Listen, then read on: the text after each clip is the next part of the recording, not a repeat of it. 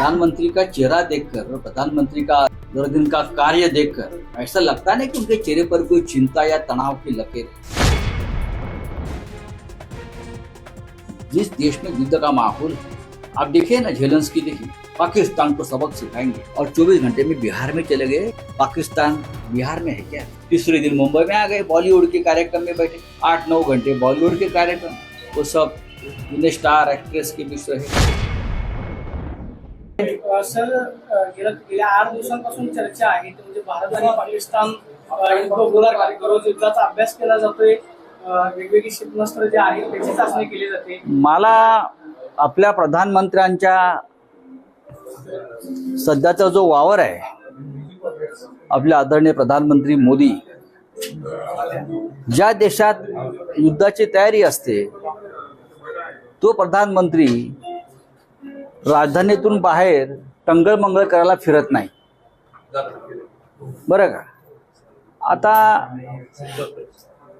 काश्मीरात एवढं मोठं हत्याकांड झालं, आमचे प्रधानमंत्री बिहारला प्रचाराला गेले, इतकं मोठं हत्याकांड झालं, पाकिस्तानला धडा शिकवू वगैरे बोलले। परवा मुंबईत आले, 9 तास नटनट्यांबरोबर राहिले, Bollywood film stars, film actress, 9 तास देशाचे प्रधानमंत्री, युद्धाची देशात चर्चा चालू आहे आणि 9 तास प्रधानमंत्री आमचे। त्यानंतर काल तुम्ही बघा, व्हिडिओ आले, सन्माननीय गौतम भाई अडाणी यांचा एका बंदराच्या उद्घाटनाला गेले, त्यांना मिठ्या मारल्या। आणखीन एका कार्यक्रमामध्ये आंध्रचे एक नेते, मला डेप्युटी सीएम पवन कल्याण यांच्याबरोबर हास्य विनोद करतायत। मी त्यांचा एकंदरीतच प्रधानमंत्र्यांकडे पाहता, त्यांचा चेहरा पाहता, त्यांचं एकंदरीत वर्तणूक पाहता, वर्तन पाहता, त्यांच्या चेहऱ्यावरती कुठे काय युद्धाचं काय, आपल्याला युद्ध करायचं आहे, पाकिस्तानला धडा शिकवायचा वगैरे काय दिसत नाही। खुशमिजाज अवस्थेमध्ये आहेत। आम्ही चिंतेमध्ये आहोत की पाकिस्तानला धडा कसा शिकवायचा, की पाकिस्तानशी युद्ध कसं करायचं। विमानं वगैरे उडतायत, प्रॅक्टिस चालू आहे विमान उडवायची। आता मी काय डिफेन्समधले एक्सपर्ट नाही, युद्ध सराव हा सदैव सुरू असतो। ज्या देशाला पाकिस्तान सारखा किंवा चीन सारखा एक दुश्मन शेजारी लाभलेला आहे, तिथे युद्ध सराव ऐन वेळेस होत नाही, हा सुरूच असतो, एक प्रोसेस आहे। त्याच्यावर मी त्याच्यावर टीका, तो डिफेन्सचा विषय। पण प्रधानमंत्री किंवा एकंदरीत सरकारचं वर्तन पाहता त्यांच्या चेहऱ्यावरती मला ते युद्धाला सामोरं जात आहेत असं वाटत नाही। फक्त मीडियामध्ये बातम्या येत आहेत, त्यांनी युद्ध सुरू केलं आहे, मीडियातून, विशेषतः राष्ट्रीय मीडियाने युद्ध सुरू केलं आहे, बॉम्ब टाकलेले आहेत पाकिस्तानवर, पाकिस्तानचे राज्यकर्ते पळून गेलेले आहेत, भूमिगत झालेले आहेत वगैरे, हे युद्ध सुरू आहे। पण मोदीने अद्याप युद्ध सुरू केलेलं नाही, की त्यांची आता काय मानसिकता आहे पाहावं लागेल। सर, विरोधी पक्षांची जी आक्रमकता आहे किंवा युद्ध जो आहे तो देशाला परवडणारा आहे का? कारण एक फॅक्शन असं म्हणतोय ज्यांनी युद्धामध्ये त्यांच्या कुटुंबाचे काही लोक गमावले ना, असं आम्ही कुठे म्हणतो? मोदी म्हणाले आहेत ना युद्धाची भाषा, युद्धाची भाषा कोणी केली? युद्धाची भाषा प्रधानमंत्र्यांनी केली। तुम्ही जे म्हणताय विरोधी पक्षांना धडा शिकवायला पाहिजे। सर्वपक्षीय बैठकीमध्ये जी चर्चा झाली का त्याच्या आधी घरात घुसून मारण्याची भाषा कोणी केली आहे? राजनाथ सिंगने केली। राजनाथ सिंग हे भाजपचे साधे कार्यकर्ते आहेत काय? देशाचे संरक्षण मंत्री आहेत। घरात घुसून मारू। काल देशाचे गृहमंत्री अमित शहा काय म्हटले? चुन चुन कर मारेंगे। अडवलंय कोणी? चुन चुन कर मारो ना। ज्या पद्धतीनं तुम्ही भाजपच्या विरोधकांना चुन चुन कर मारता आणि खतम करता, तसं तुम्ही पाकिस्तानच्या लोकांना पण चुन चुन कर मारू शकता, आपल्या दुश्मनांना। खरं म्हणजे या सगळ्याला जबाबदारच अमित शहा आहेत, गृहमंत्री। जे हत्याकांड घडलंय काश्मीरमधल्या प्रत्येक हत्याकांडाला गेल्या 10 वर्षातला फक्त देशाचे गृहमंत्री अमित शहा जबाबदार आहेत। तरी सुद्धा त्या व्यक्तीला प्रधानमंत्र्यांनी त्यांच्या पदावर का ठेवला हे रहस्य आहे। का ठेवलंय? 27 जणांचे जे हत्याकांड झालंय त्यात आपल्या राज्यातले 6 जण आहेत। त्याला जबाबदार अमित शहा आहेत. ते काय चुनचुनके मारू करतात. आमचे लोक चुनचुनकर मारले, त्याने तुम्ही राजीनामा दिला पाहिजे, त्यांचा राजीनामा घेतला पाहिजे. मी कालही म्हणालो, मला विरोधी पक्षाचा विषय कीव आहे. त्यांनी सगळ्यात आधी अमित शहाचा राजीनामा मागायला पाहिजे, त्यासाठी आवाज उठवायला पाहिजे आणि नंतर समर्थनाच्या गोष्टी केल्या पाहिजे सरकारला. तुम्ही विरोधी पक्ष नेते, हा? तुम्ही पण विरोधात आहात. मी मागतोय ना, आम्ही मागतोय ना. मी माझी भूमिका मांडतोय, आमच्या पक्षाची भूमिका मांडतोय. सर्वपक्षीय बैठकीत सुद्धा मांडली. आम्ही गांडू नाही. हा देश महत्वाचा आहे. या देशावर जर नुसते बोलघवडे राज्य करणार असतील, चुन चुनके मारेंगे, घर में घुसकर मारेंगे, ये करेंगे, आणि तुमचे प्रधानमंत्री 8-8 तास नटनट्यांमध्ये राहतायत, काय की नाही काय दुःख चेहऱ्यावर. 27 जणांचं दुःख किती मोठं आहे. साधा एक माझी अमुक जरी मेला तरी 3 दिवस राष्ट्रीय शोक आपण व्यक्त करतो, अर्धा झेंडा अर्ध्या. परदेशी माजी राष्ट्रपती मेला तरी आपण इथे राष्ट्रीय शोक सगळे सरकारी कार्यक्रम कसं करतो. आपल्याकडे काय दुसऱ्या दिवसापासून प्रधानमंत्री प्रचार दौऱ्यामध्ये, तिसऱ्या दिवशी मुंबईच्या बॉलिवूडच्या कार्यक्रमात, नंतर गौतम अदाणी बरोबर चौथ्या दिवशी, 5व्या दिवशी पवन कल्याण बरोबर हस्तिवृंदामध्ये अडकलेले. काय दुखवटा राष्ट्रीय शोक. सामान्य माणसाच्या जीवाला काय किंमत आहे की नाही. ते सुद्धा अशा प्रकारे हत्याकांड झाल्यावर तुमच्या चेहऱ्यावर दुःखाची एकतरी लकेर दिसत, कोणाच्याही दिसत नाहीये.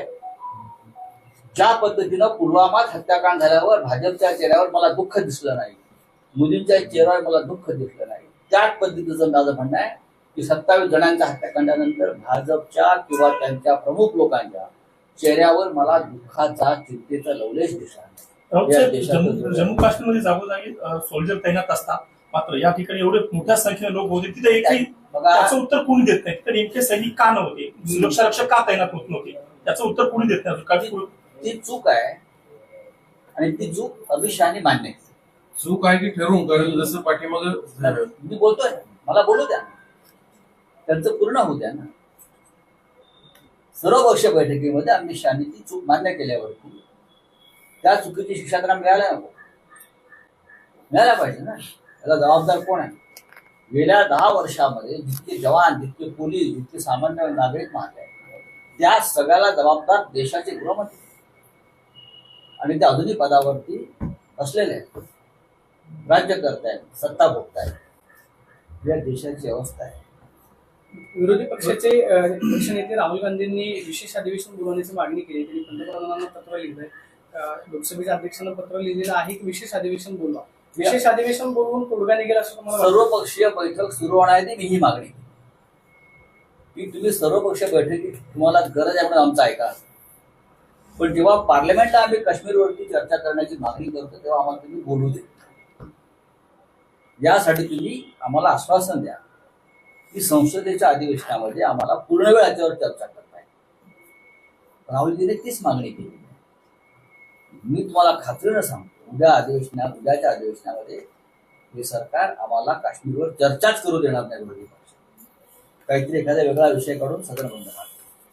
म्हणून या सरकारला त्यांच्या चुकांचं समर्थन करणं विरोधी पक्षानं हे या देशाला परवडणार नाही.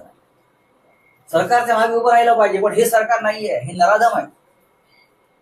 हे राज्यकर्ते आहे, ते त्या पद्धतीचे राज्यकर्ते नाहीये जे 10 वर्षापूर्वी होते संवेदनशील, तसे नाही आहेत. त्याच्यामुळे ह्यांना जर कोणी पाठिंबा द्यायच्या गोष्टी करत असेल तर तुम्ही त्यांनी केलेल्या चुकांना पाठिंबा द्या आणि त्यांना पुढल्या चुकांसाठी उत्तेजन द्या, असं माझं स्पष्ट मत. त्याच्यावर बोलतो ना, त्याच्यावरती काय सांगितलेलं आहे. जर त्यांना अमित शहाचा राजीनामा मागायचा तर मग आर पाटलांचा राजीनामा का घेतला. 26/11 हल्ल्यानंतर महाराष्ट्रामध्ये आर पाटील गृहमंत्री, त्यांनी हल्ला घडवला होता का? नाही, पाकिस्तानने केलेला हल्ला होता. शिवराज पाटलांना आपण एका बॉम्बस्फोटाच्या प्रकरणात का आपण राजीनामा सगळ्या हल्ल्या दहशतवादी विलासराव देशमुखांचा राजीनामा का? एक साधा ही परंपरा आहे, जबाबदारी घेतली पाहिजे. केंद्र सरकारने जातीनिहाय जनगणनेचा मुद्दा पुढे आणलाय. याच्यावरचं लक्ष, युद्धावरचं लक्ष. आम्ही युद्धाची मागणी करतोय. जनतेला वाटतं मोदी घुसणार पाकिस्तानमध्ये स्वतःच, कारण त्याने बांगलादेशच्या युद्धात भाग घेतला. लोकांना असं वाटतं की स्वतःच ते नेतृत्व करतील सैन्याचं आणि जातील, कारण 56 इंचाची छाती आहे. तुमचा सहकारी पक्ष जो आहे इंडिया अलायन्स मधला, काँग्रेसनं प्रचंड कौतुक केलं. जातीनिहाय जनगणनेची मागणी त्यांनीच केली. राहुल गांधीचीच मागणी आहे. शिवसेना म्हणून तुमची भूमिका काय आहे? तुमचा पाठिंबा या मागणीला? पाठिंबा का नसावा? जर बरं असं आहे की राहुल गांधींनी जे एक वक्तव्य केलं आहे की जातनिहाय जनगणनेची घोषणा करून हेडलाईन दिली, पण डेडलाईन कुठे आहे, कधी सुरू करणार ते सांगा, मग आम्ही बोलतो. बोलिये क्या है?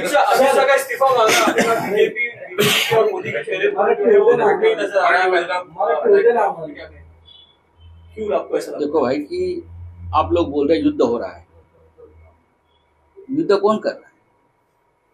प्रधानमंत्री का चेहरा देखकर, प्रधानमंत्री का जो दिन का कार्य देखकर ऐसा लगता नहीं कि उनके चेहरे पर कोई चिंता या तनाव की लकीर है. दिखता तो नहीं. जिस देश में युद्ध का माहौल है, आप देखिए ना, झेलेंस्की देखिए, उसका चेहरा देखिए बेचारा. पुतिन का चेहरे पर भी तनाव है ना. लेकिन हमारे प्रधानमंत्री युद्ध की बात, पाकिस्तान को सबक सिखाएंगे और 24 घंटे में बिहार में चले गए चुनाव प्रचार के लिए. पाकिस्तान बिहार में है क्या? सबक सिखाने की बात आप करते हो.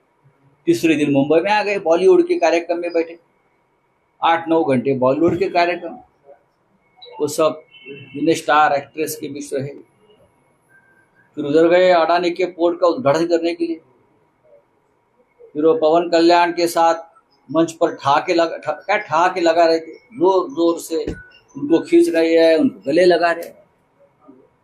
जनता के मन में आक्रोश है. 27 लोग मारे गए हमारे, जिसने आपको भी वोट किया होगा, और आप ये सब कर रहे हो. तो युद्ध कहाँ है? युद्ध का माहौल दिखना चाहिए कि हम कुछ कर रहे हैं. अब वो प्रैक्टिस चल रही है, चलने तो हमेशा चलती है. युद्ध का सराव होता है, वो हमेशा चलता है, चाहे युद्ध हो या न हो. तो मैं तो बार बार बोल रहा हूँ, कश्मीर में 10 साल में जितने भी सुरक्षा दल, हमारे जवान, नागरिक मारे गए, वो जिम्मेदारी किसकी है? हमारे सुरक्षा की. चुन चुन कर मारने की बात आप करते हो. हमको ही चुन चुन कर मारा है. देश के गृहमंत्री की जिम्मेदारी है. इस्तीफा आपने खुद देना चाहिए, नहीं तो प्रधानमंत्री ने गृहमंत्री का इस्तीफा लेना चाहिए. क्यों नहीं लेते आप इस्तीफा? लेना चाहिए. हिंदी हो गया पुरा. काल अजित पवार असं म्हणाले की मलाही मुख्यमंत्री व्हायचं आहे, पण योग येत नाहीये, मीही एक दिवशी मुख्यमंत्री होईल. आता योग कसा येणार? मी नेहमी सांगतो, छगन भुजबळ जर शिवसेनेमध्ये असते तर मुख्यमंत्री झाले असते. बरोबर. नारायण राणे अजून काही काळ थांबले असते तर पुन्हा मुख्यमंत्री शिवसेनेतूनच झाले असते. मनोज जोशी झाले ना, पक्षाबरोबर राहिले निष्ठेने. भारतीय जनता पक्षाबरोबर राहिलेले जे मित्र, एकनाथ शिंदे परत मुख्यमंत्री होणार नाही, आणि अजित पवार सुद्धा भारतीय जनता पक्षाबरोबर राहून मुख्यमंत्री होणार नाही. जर हे दोन्ही पक्ष भाजपात विलीन झाले तर ते भारतीय जनता पक्षाचे म्हणून मुख्यमंत्री कदाचित भविष्यात होते. हे त्यांना स्वतः अमित शहाने सांगितलेलं आहे. मी लिहिलंय सामना. एकनाथ शिंदे यापुढे कधीच मुख्यमंत्री होणार नाहीत जोपर्यंत त्यांचा वेगळा पक्ष आहे, वेगळा गट आहे. जर त्यांचा पक्ष भाजपात विलीन झाला तर भविष्यामध्ये भाजपचा एक चेहरा, जसं सिद्धरामय्या झाले, अमुक झाले, इतर पक्षात विलीन होऊ, त्यांना त्यासाठी भाजपात विलीन व्हावं लागेल. हे माझं आकलन आहे. राष्ट्रवादीने आज सगळ्या माजी मुख्यमंत्र्यांना बोलवलं आहे याच्यासाठी, सत्कारासाठी. ते उद्धव ठाकरे सत्काराला जाणार आहे. कशाला जायचं? राष्ट्रवादीचे सगळे माजी मुख्यमंत्री शरद पवार साहेबांनी बोलवलं. राष्ट्रवादीच्या हे कोण? म्हणजे अमित शहाचा पक्ष आहे तोच ना. दुसरा एक अमित शहा महाराष्ट्रात 3 पक्ष चालवतात. एक भारतीय जनता पक्ष, दुसरा शिंदेचा जो पक्ष आहे तो अमित शहाचा पक्ष आहे, आणि अजित पवारांचा जो पक्ष आहे तोही अमित शहाचा पक्ष. अमित शहाच्या पक्षाकडून जो महाराष्ट्राचा शत्रू आहे त्याच्याकडनं जर कोणी सत्कार घेत असतील तर ते महाराष्ट्राशी बेईमानी आहे. ज्या अमित शहाने महाराष्ट्र तोडण्यासाठी महाराष्ट्राच्या स्वाभिमानाशी संबंधित असलेले पक्ष तोडले त्यांचा सत्कार अमित शहाचे पक्ष आहेत. अमित शहा सत्कार करणार का महाराष्ट्रातल्या नेत्यांचा? अजिबात नाही. सुनील तटकरे म्हणाले ठाकरे की साहेब तुम्हाला तसे परदेशात निवेदन आहेत ना, म्हणजे दिलेलं आहे, तुम्हाला निमंत्रण दिलेलं आहे, सुनील तटकरे म्हणाले. आम्ही अमित शहाच्या कार्यक्रमाला जात नाही. ते अमित शहाचे पक्ष आहेत. मी पहिल्या दिवसापासून सांगतो आहे की नाही त्यांना विचारा. असं पण ठाकरे साहेब तसे परदेशातच आहेत ना, म्हणजे ते काय नाही तो प्रश्न नंतर आहे. ते कुठे असतील हो? मुंबईत मी काय म्हणतो आम्ही जाणार नाही. निमंत्रण होतं म्हणजे तुम्हाला मी असं म्हणतोय आम्ही जाणार नाही. शरद पवारांची जाण्याची शक्यता आहे. ते आज सकाळपर्यंत पुण्यामध्ये होते पण अचानक आज सकाळी ते मुंबईला गेले काही असं आहे वेळापूर्वी की त्यांच्या आणि ते भूमिका सहभागी होतील असं चित्र. आणि एकूण त्यांचं असं म्हणणं आहे किंवा आयोजकांचं सुद्धा असं म्हणणं आहे की हा सामाजिक कृतज्ञतेचा कार्यक्रम आहे. अजिबात नाही. पक्ष तसं वेगळं मानत लावून नाही. बघू नका. सामाजिक कृतज्ञता वगैरे काही नाही. महाराष्ट्राच्या गद्दारीचा हा विषय. ज्यांनी महाराष्ट्राशी बेईमानी केली तुमचं सरकार पाडलं त्यात कसली आली कृतज्ञता? मला असं वाटत नाही ते असं बोलले. एकनाथ शिंदेनी एक कॅम्पेन सुरू केलंय त्यांच्या शिवसेनेने तुमच्या म्हणण्यानुसार यशस्वीने मुंबईमध्ये मैत्री धाग्याशी नको वाघाशी करा म्हणजे आणि असं. उद्धव ठाकरेंचा हात दाखवला देशी बंधन बांधले असं सांगितलं. दुसरं काय राहिलंय त्यांचं? अमित शहा स्क्रिप्ट पाठवणार तसं त्याप्रमाणे बोलणार. चला थँक्यू. पंजाबचे पूर्व मुख्यमंत्री